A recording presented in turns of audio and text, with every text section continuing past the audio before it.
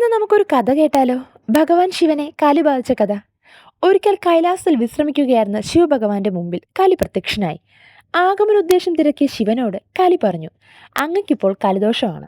അതുകൊണ്ടാണ് ഞാൻ അങ്ങയെ തേടി വന്നത്. ഇത് കേട്ടതും ശിവന് കോപം സഹിക്കാനായില്ല. ഭഗവാനായ എന്നെ നീ എങ്ങനെയാണ് ബാധിക്കുക? എന്നാൽ കലിയുണ്ടോ വിടുന്നു? കലി ശിവനെ പിന്തുടരുന്നു. കലിയിൽ നിന്നും രക്ഷ നേടാൻ ശിവൻ ഒരു ഗുഹയ്ക്കുള്ളിൽ ഒളിക്കുന്നു. ഗുഹയിൽ ഒളിച്ച ശിവനെ കലിക്ക് കണ്ടെത്താനായില്ല. വർഷങ്ങളോളം ശിവൻ ഗുഹയ്ക്കുള്ളിലിരുന്നു. അങ്ങനെ വർഷങ്ങൾക്ക് ശേഷം ശിവഭഗവാൻ പുറത്തിറങ്ങുന്നു. പുറത്തിറങ്ങിയ ഭഗവാനെ കാത്ത് കലി നിൽപ്പുണ്ടായിരുന്നു. ശിവനെ കണ്ടതും കലി ഭഗവാനോട് മാപ്പ് അപേക്ഷിച്ചു. അങ്ങയെ ബാധിച്ചത് മനഃപൂർവ്വമല്ല, അതെന്റെ കർത്തവ്യം മാത്രമായിരുന്നു എന്നും കലി പറഞ്ഞു. അതിന് നീ എപ്പോഴാണ് നമ്മെ ബാധിച്ചത്? ഞാൻ ഗുഹയ്ക്കുള്ളിലായിരുന്നില്ലേ എന്ന ചോദ്യത്തിന് കലി പുഞ്ചിരിയോടെ മറുപടി പറഞ്ഞു. അങ്ങയെ കലി ബാധിച്ചത് കൊണ്ടാണ് അങ്ങയ്ക്ക് ഗുഹയ്ക്കുള്ളിൽ കഴിയേണ്ടി വന്നത്.